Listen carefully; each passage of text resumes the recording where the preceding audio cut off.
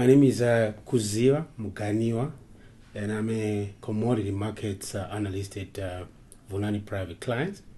My job mostly entails looking and analyzing commodities both on the local market as well as the international markets.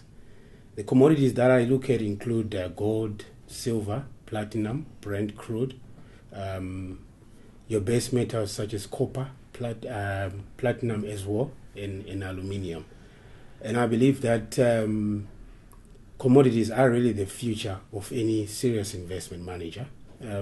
Commodities, in my opinion, should traditionally take about 10% of the entire portfolio that any manager is holding.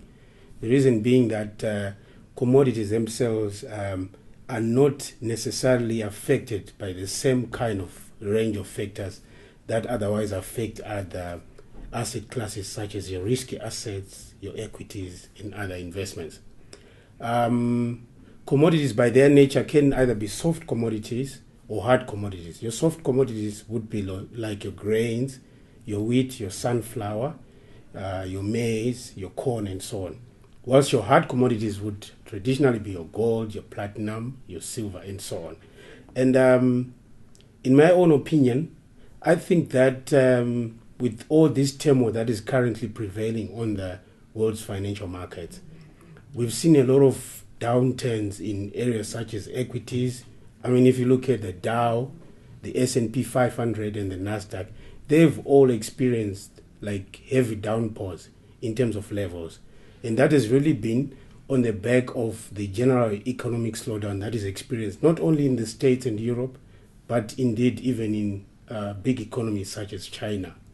But if you look at commodities, they have not necessarily been affected in the same way. I mean, we still experience a boom. If you look at, for instance, gold, currently it's standing at, I think, about 1614. And it has really been in the range 1550 to 1650 in the last 4 months, despite the fact that your other traditional asset classes have experienced very serious downturns.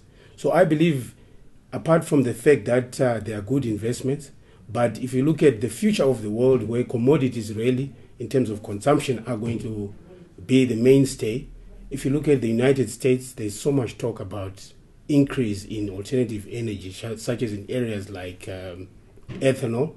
There's no doubt that there's going to be huge demand of commodities such as your maize, your corn, your wheat, as alternative sources of energy.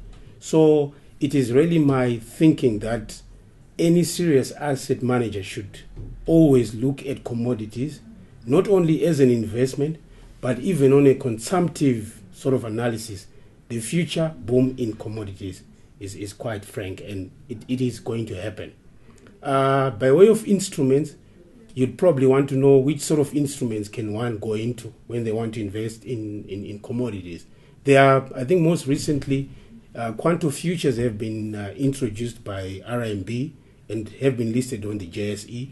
Quantum futures really are an instrument that follow or track these commodities in the international markets in US dollars, but nonetheless allow you as investors to sort of trade or invest in them in your local currency, which means the cash payout and indeed any cash adjustment that is done to this instrument is in terms of your local currency. And I think this is a big advantage because you don't have, for the first time, to worry about the impact that the US dollar or the euro has on your local currency. And I think the contracts have been designed in such a way that they don't actually coincide with the traditional contract months that you have, for instance, on the South African Futures Exchange, where you have traditionally your July, your September, your October, and your December contracts. Now, these contracts are, I think, February, August, November, and so on. And quite coincidentally, they do not actually interfere with the traditional maturity periods of the other futures contracts that we have on SAFEX. So I believe quantum futures are a reasonable and well thought out instrument that otherwise would have the same kind of competitiveness as you have in your other traditional instruments such as your CFDs, your currency futures, and so on. So I think in that perspective, Commodities are there for people to explore. Commodities are there for fund managers to always consider in their portfolio. Commodities are really there to hedge you against all these downturns and economic turmoil that the whole world is experiencing. And that's why in that regard, I believe that, once again, any serious fund manager should always have at least 10% of commodities in their portfolio.